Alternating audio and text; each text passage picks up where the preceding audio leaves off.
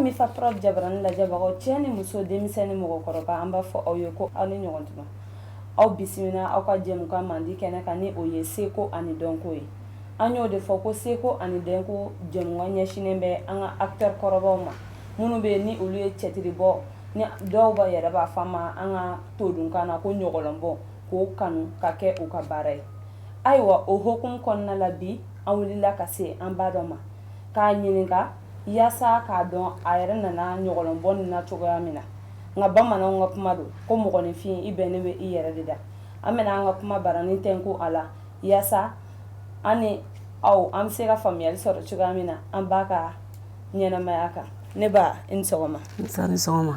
hɛrɛ sira a somɔgɔw baasi foyi tɛ nse aw bisimila nse saha i bɛ se k'i tɔgɔ ani jamu fɔ an filɛlibagaw ɲɛna ni wagati in na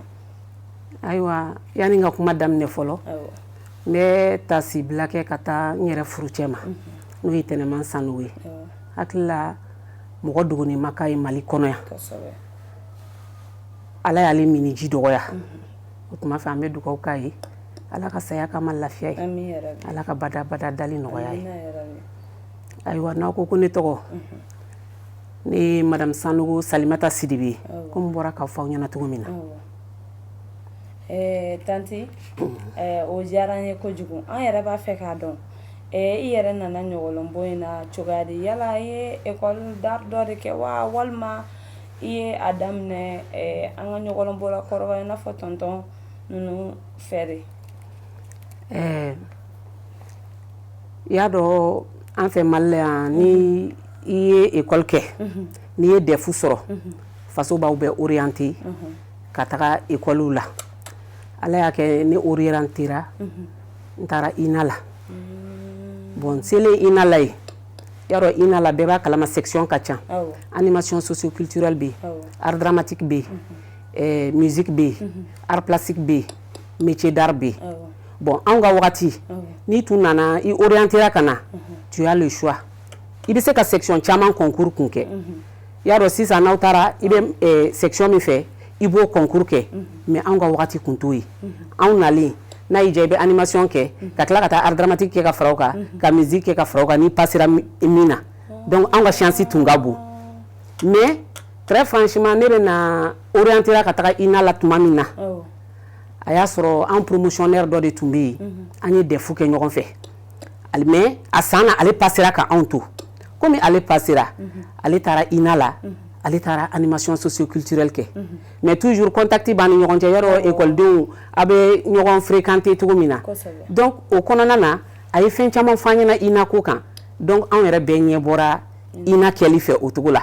bon Ala y'a kɛ n fɛnɛ orientera n taara INA la mais tiɲɛ na n tun bɛ fɛ ka animation socio-culturelle kɛ an taara an ye animation concours kɛ ka bɔ yen ka taa art dramatique ta kɛ mais ko jɔn tɛ kɛ foyi y'i da kan kɔ an taara an ye animation kɛ i tɛ résultat yɛrɛ tun ma kɔnɔ i bɛ taa dɔ kɛ i bɛ bɔ salle kɔnɔ i bɛ taa dɔ wɛrɛ kɛ maintenant ne ye animation concours kɛ n tilar'o la n taara ka taa art dramatique fɛnɛ concours kɛ mais ne yɛrɛ tun tɛ art dramatique concours d'éligibilité n tun t'olu dɔn quoi ja pour que i ka se ka kɛ théâtre bɔla yɛrɛ ye il faut que i ka kɛ mɔgɔ ye min bɛ se ka kuma ka ɲa ka kuma fɔ ka walawala ka mot articuler ka ɲa que tu aies une bonne diction o y'a dɔ ye texte mana d'i ma la même chose i ka se k'o réciter ka ɲa ni mɔgɔ kumani i kumana jama o jama la i jija i ka kuma ka se ka don mɔgɔw fɛ bon yɔrɔ an t'olu bɛɛ dɔn ne kɔni taara u ye texte dɔ di ne ma ko ne k'o réciter ne y'o réciter ka ɲa bien après u nana ko n ka récitation dɔ fɛngɛ ko n k'o jouer n y'o fɛnɛ jouer ka ɲa c'est comme ça que o ye maître ninnu attiré a y'u impressionné kosɛbɛ donc an tilara u ko ne taara ne ko ne ma taa dɛ ko ne tɛ se ka théâtre bɔ bien vrai que n taara ka taa fɛnkɛ kɛ fɛn min don a bɛ mɔgɔw layɛlɛ mais effectivement a kɛra tan de ne ko ayi ko ne bɛ taa fɛnkɛ de kɛ ko ne bɛ animation de kɛ mais malheureusement n taara animation yɔrɔ la olu ko non ko ayi ko ne ma passé ne ko ko ne tɛ théâtre bɔ dɛ u ma kuma ne fɛ o kɔni ye ko kalela ka bila ten an nana to ten fɔ école nanata solution foyi ma se ka sɔrɔ a la ne ye fɛn bɛɛ kɛ k'an sen don ka bolo don o ne tɛ cɛtiri kɛ parce que j'étais très timide ne tun bɛ maloya kojugu ni ne bɔra ka n jɔ da la ta ka mɔgɔw sigilen sɔrɔ droite fɛ ta ne bɛ taa gauche fɛ donc ne yɛrɛ bolo j'étais incapable de le faire donc o yɛrɛ de kun ye a problème ba ye ne bolo quoi donc mais comme solution ma sɔrɔ a la finalement ne ko n ko aya n k'a ka ɲi ten pour un départ mais a ma dan o ma dɛ u bɛ n'an bɛ art dramatique la sisan yɔrɔ aw yɛrɛ b'a kalama u bɛ survêtement complet di blouse bɛ d'an ma survêtement complet bɛ d'an ma parce que an ka exercice physique ninnu ni fɛn ninnu ka ca quoi ne ye min kɛ ka sɔrɔ ne ta ma dayɛlɛ ne tun bɛ na ka na n sigi classe kɔnɔ ni maître ko min ne b'a fɔ n ko monsieur tiɲɛ na n ko ne tɛ se k'o kɛ ko k'i tɛ se k'a kɛ n ko n tɛ se k'a kɛ parce que pour moi solution bɛna se ka sɔrɔ a la ka n bɔ yen ka taa animation na sinon d'emblée n b'a dɔn n tɛ se dessin na n tɛ se musique la bon métier d'art fɛnɛ o kɛli tun man di n ye donc yɛrɛ a kɛra baara kɔni ye finalement ne nana ye cogo t'a la a nana bilen ka bilen composition bɛ ka surunya an yɛrɛ bɛ fɛ formation théâtrale coefficient 8 a yɔrɔ ma nɔgɔn dɛ n'i binn'o la i tɛ wuli bilen dɛ ne nana ye cogo t'a la ne ye ɲɛkile ndu ye ɲɛkile effectivement maître y'a fɔ cogo min na je pouvais le faire mais ne yɛrɛ de tun dalen tɛ n yɛrɛ la parce que tellement que n bɛ maloya j'étais timide pour moi ne tɛ se k'a kɛ quoi mais n ye ɲɛkile et ça a marché. Ok. Tanti i n'a fɔ i yɛrɛ bɔra k'a fɔ i ko i ye INA école kɛ nka i yɛrɛ depuis ni i ye INA in kɛ fo ka na se bi ma e yɛrɛ bolo i ka baara in ɲinɛ san joli ye e yɛrɛ bolo? Ayiwa ne bɛ baara in kɔnɔ parce que ne taara INA la en 1985 y'a dɔn o ni bi cɛ fɛn fɛn ye san 31 san 32 a ka ɲi k'o bɔ donc n bɛ se k'a fɔ n bɛ baara in na o temps kɔnɔna na parce que n ma baara in jɔ n taara n y'a daminɛ en 85 an ye formation 4 ans kɛ 4 ans banna ne continuera ni ɲɔgɔlɔn ye parce que ne donna groupe ɲɔgɔlɔn na depuis 86 donc ne ma jɔ tuguni donc ne continuera ten awɔ tanti an b'a fɛ ka dɔn i n'a fɔ i yɛrɛ da sera INA ko kuma ma an b'a mɛn mɔgɔ caman da ko fɔlɔ komi anw yɛrɛ tilema bɛɛ o ma ko fɛn caman tun bɛ kɛ INA la safinɛw ni fɛngɛw tun bɛ di aw ma aw bɛ taa finiw ko tanti est-ce que o kun ye aw ka wagati ninnu yan? bon tiɲɛ na anw ma bɛn o wagatiw ma mais n'i y'a ye mɔgɔw y'a fɔ c'est que a kɛra de comme promotion bɛ fɔ ɲɔgɔn kɔ nka anw bɛnna wagati min ma baara tun bɛ yen an bɛ se k'a fɔ baara tun bɛ yen formation yɛrɛ de tun bɛ à l'époque section bɛɛ par exemple art dramatique la sisan an tun bɛ art dramatique la an bɛ ka théâtre kɛ mais groupe dɔ tun sigira art dramatique fɛnɛ kɔnɔna na min bɛ wele ko INA kɔtɛbani an tun b'a fɔ ten ko INA kɔtɛbani o fɛnɛ tun bɛ yen donc n'a ka di étudiant minnu ye mais c'était volontaire diyagoya tɛ olu tun bɛ na olu bɛ don a la maître an ka maître minnu bɛ yen an n'olu de tun b'a kɛ ɲɔgɔn fɛ a dan ye k'an to INA kɔtɛbani na an ka dunu fɔlɔ dɔ tun ye INA Sancerre yɛrɛ ye tellement que art ka d'a ye an ni Sancerre yɛrɛ tun b'an ka dunu fɔlɔw cɛ la yɔrɔ a dan y'o ye n'an bɛ taa tourner la an bɛ taga ɲɔgɔn fɛ comme c'est avec la permission de l'école Sancerre yɛrɛ b'a la fɛngɛw b'a la an tun bɛ fɛngɛw kɛ musique mɔgɔw fɛnɛ fɛ yen orchestre tun b'olu fɛnɛ bolo donc ce qui fait que chaque année semaine culturelle yɛrɛ tun bɛ organiser INA la an yɛrɛ tun b'a manifestation na fɛn bɛɛ kɛ baarafin yɛrɛ de tun bɛ yen à l'époque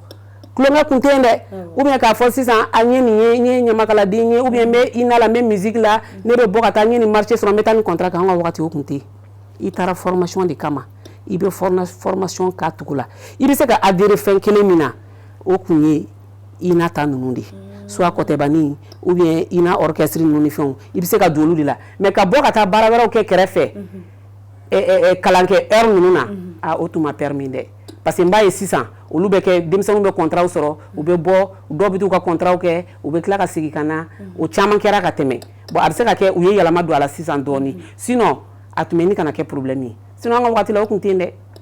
i nana i ka kalan de kama i b'i ka kalan kɛ hali ne donna ɲɔgɔnlɔn na depuis 86 mais ni baara o baara tun bɛ yen ni dugutaga don n'a ma kɛ week-end kɔnɔna na ne tun t'a participer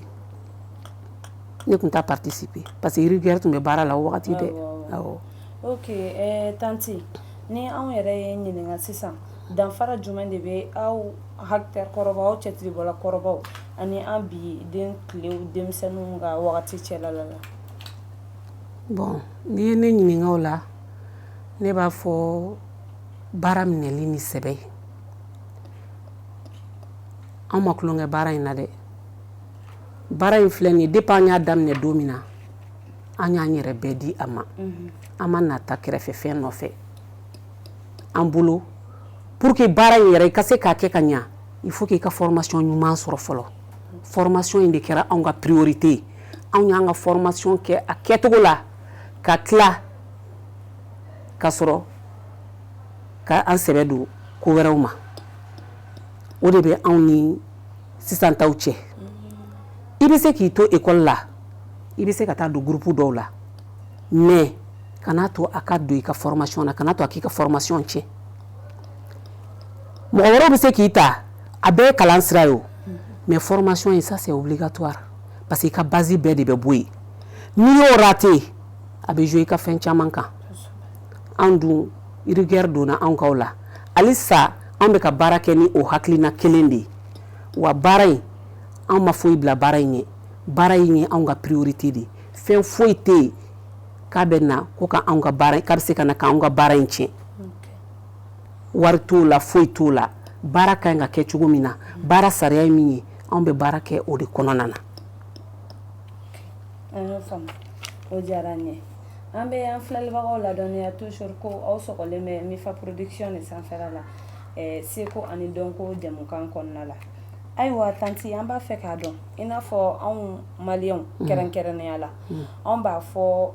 fɛn bɛɛ lajɛlen ma ko cɛtiri ni cinéma bɔra an b'a fɔ a ma ko cɛtiri aw ka cɛtiri diyara dɛ walima aw ka film diyara dɛ ni cɛtiri yɛrɛ bɔra aw ka film diyara dɛ tanti e yɛrɛ bolo danfara jumɛn de bɛ ɲɔgɔlɔn yɛrɛ ani cinéma ni ɲɔgɔn cɛ bon ne yɛrɛ kɔni ka faamuya la ɲɔgɔlɔn n'i ko ɲɔgɔlɔn lawulila ka mɔgɔw bilasira ka hakilina ɲuman di u ma u bɛ fili minnu kɔnɔ ka se k'u bɔ o fili ninnu kɔnɔna kan ɲɔgɔlɔn in daminɛna bi la ko tɛ dɛ n'i y'a ta kabini lawale la ɲɔgɔlɔn tun bɛ bɔ an fɛ yen o kɔtɛba yɛrɛ a ju taara o de kan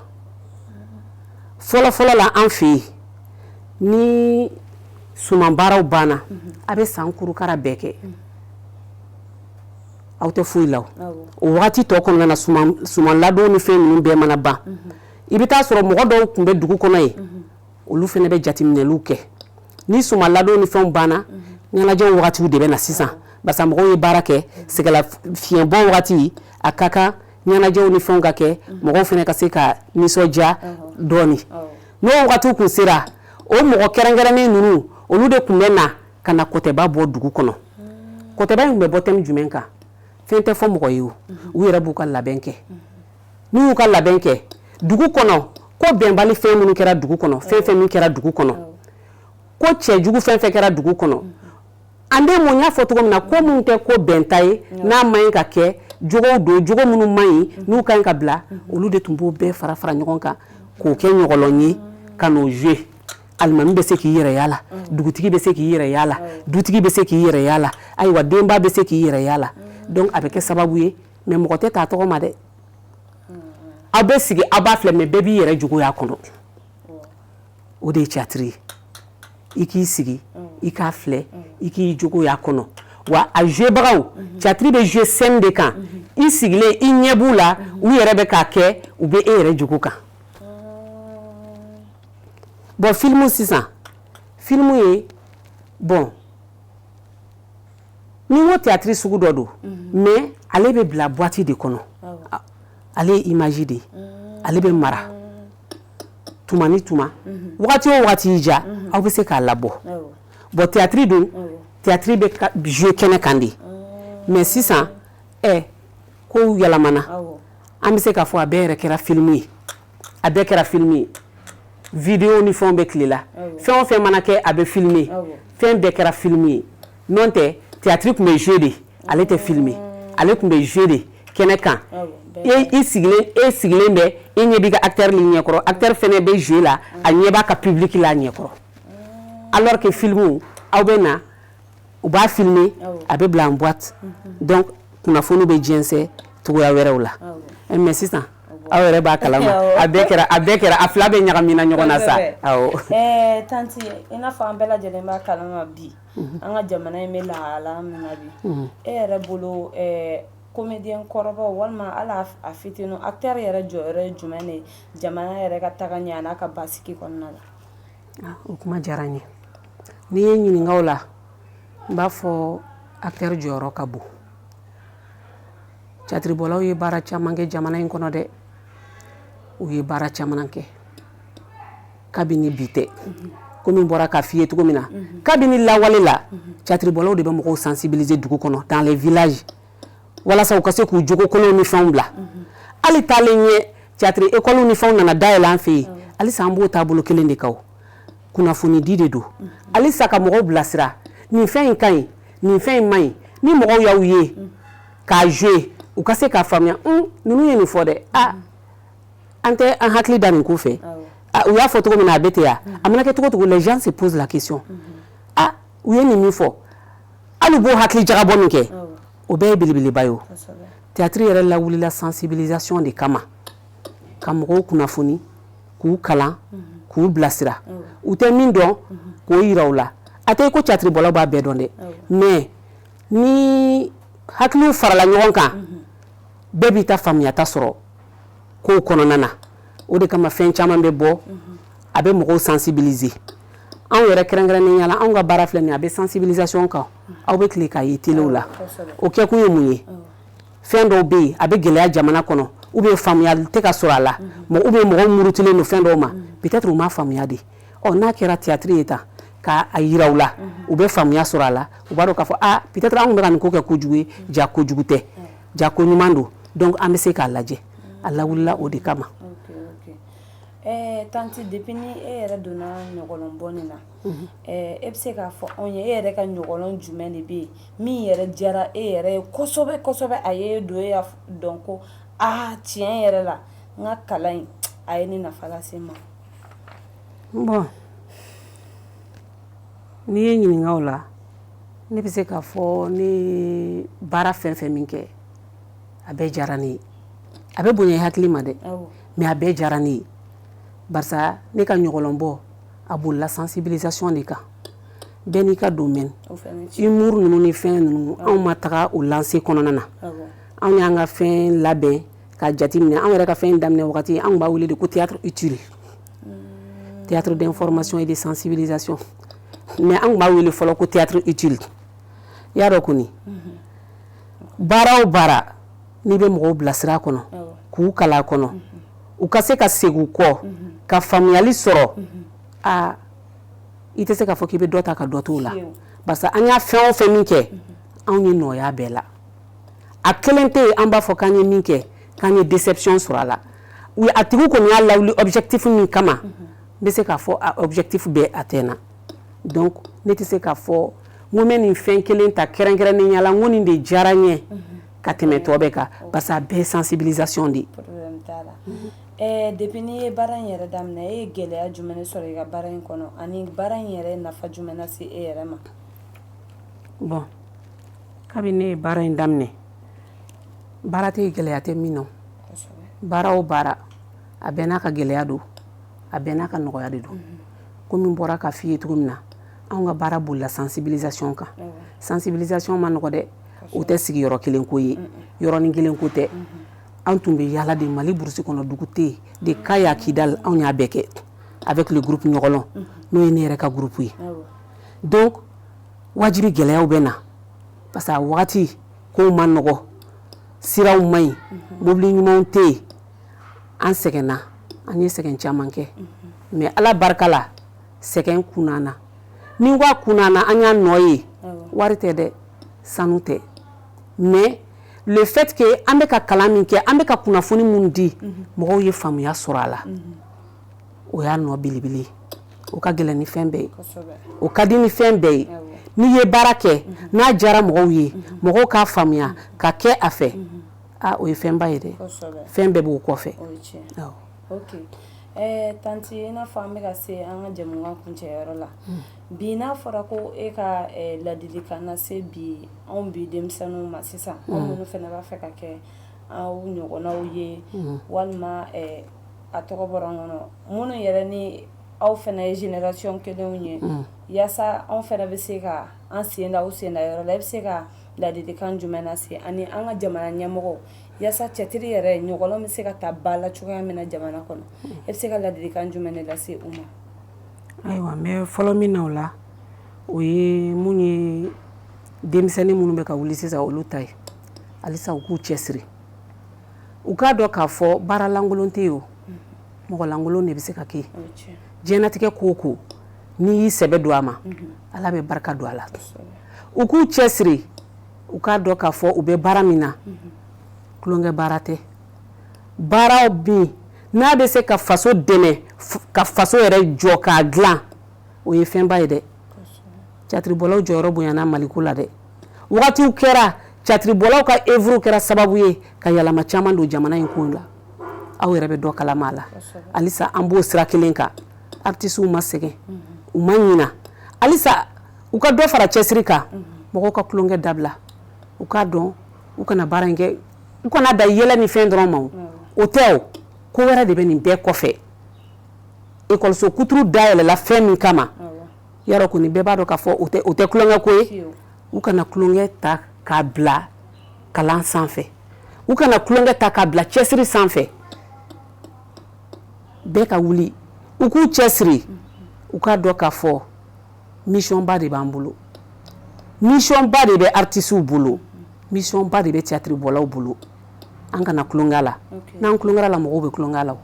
mais n'an yɛrɛ y'a don sɛbɛ la mɔgɔw tɛ kulonkɛ a la jamana ɲɛmɔgɔw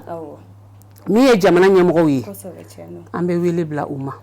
halisa u k'u kɔfilɛ théâtre-bɔlaw la u k'a dɔn k'a fɔ an bɛ baara min na ani faso baara tɔ bɛɛ de ka kan dɔgɔtɔrɔw b'u ka dɔgɔtɔrɔya kalan kɛ o y'olu ka baara ye cikɛlaw olu b'u ka sɛnɛ la o y'olu ka baara ye anw fɛnɛ théâtre-bɔlaw anw b'an ka baara in na nin ye anw ka baara fɛnɛ u k'u kɔfilɛ an na an fɛnɛ mago bɛ dɛmɛ dɔw la a ka kan u k'u kɔfilɛ an na ko dɔ u la n'o tɛ a ma nɔgɔn dɛ a ma nɔgɔn bɛɛ yɛrɛ ɲɛ bɛ jamana cogo la écoledenw denmisɛnninw bɛ former u bɛ bɔ u bɛ bila baara tɛ o de bɛ hali denmisɛnnin caman bila boliw la yɔrɔw ɲɛfɛ u b'a essayer u bɛ fɛnmisɛnninw créer mais u b'o kɛ u sigilen tɛ se ka to o wajibi y'o kɛli ye fɔlɔ la ni mɔgɔw kun tilara INA la directement i bɛ intégrer fonction publique la mais o bɛɛ nana bɔ a la o bɛɛ bɔra la aw tun mana tila dɔrɔn dɔw bɛ taa enseignement la minnu bɛ fɛ ka taa arts scène kana fɛ olu bɛ taa formation nationale ninnu na o tun bɛ yen bon sisan o opportunité bɔra la mɔgɔ denmisɛnninw bɛ former k'u bɔ k'u bila u yɛrɛ ma ten i y'a dɔn kɔni u tɛ se ka fɛn k'u yɛrɛ ma ten dɛ fo faso ka dɛmɛ de don ayiwa minnu yɛrɛ sera k'u débrouiller ka groupe créer u yɛrɛ ye a ka d'an ye halisa faso k'a kɔfilɛ u la u ka dɛmɛ don u ma halisa u ka an jukɔrɔma don pour que an bɛ baara min na an ka se k'a kɛ ni lawasa ye halisa n'a fɔra ko i ka folikan laban lase i bɛ se ka folikan jumɛn de lase ani an filɛlibagaw bɛɛ lajɛlen ma folikan min bɛ n bolo aw yɛrɛ minnu déplacera ka na n bɛ aw fo fɔlɔ k'aw barika da aw ni ce aw yɛrɛ ye nin bɛɛ ye faso baara ye o nin bɛɛ ye faso jɔliko ɲuman de ɲinini ye aw bɛ baara min fɛnɛ na baara lankolon tɛ o aw cɛsirilen don a ka kan aw ka encourager aw ka fo halisa ka dɛmɛ lase aw fɛnɛ ma pour que halisa aw bɛ fɛ yɛlɛma min ka se ka don aw ka baara la a ka se k'o yɛlɛma cogo ɲumanw bɛɛ sɔrɔ n'o bɔra yen n bɛ foli lase jɔn fɛnɛ ma groupe ɲɔgɔlɔn je dois tout au groupe ɲɔgɔlɔn ne tilara ne ma chômer o bien sûr ne ye baara daminɛ o fɛ depuis ne bɛ INA la ne tilara dɔrɔn ne continuera n'u ye donc foli belebeleba baarakɛɲɔgɔnya ka gɛlɛ dɛ san 30 ni kɔ i ni mɔgɔ min bɛ baara la i y'a dɔn kɔni o ye koba ye donc k'u fo k'u wale ɲuman dɔn aw ka dugawu ba kɛ u ye ne yɛrɛ ka dugawu b'u ye n furukɛ fɛnɛ n bɛ foli d'a ma a tun ka di n ye nin kɛnɛ in ka k'a ɲɛna bi mais ko ka di Ala ye cogo min na a bɛ kɛ ten a bɛ to Ala ta la donc n b'a fɛnɛ fo k'a barika da barisa a y'i jɔ jɔdaba la n yɛrɛ ka ariko in na a y'a cɛsiri nɔfɛ a ye n bilasira a ye n kalan fɛn caman na donc n tɛ se ka ɲinɛ o kɔ cogoya si la Ala ka badabada dali nɔgɔya amina yarabi alisilamɛw bɛɛ lajɛlen amina yarabi ayiwa nin bɛ dansigi an ka bi jɛmukan na aw yɛrɛ bɛɛ lajɛlen bɔra ka tanti ka kumaw lamɛn ko baara lankolon tɛ yen ko mɔgɔ lankolon de bɛ yen wa mɔgɔ n'i ye fɛn o fɛn kanu i bɛ nɔbɔ o la ayiwa an b'a fɔ aw ɲɛna ko aw kana ɲinɛ ka j'aime baden kɛ aw kana ɲinɛ ka abonné an ka chaîne fɛnɛ na k'an ka cloche de notification k'olu activer o la n'an ye jɛmukan fɛn o fɛn bila aw b'o sɔrɔ an b'a fɔ aw ye ko aw kan bɛn diɲɛ waati wɛrɛ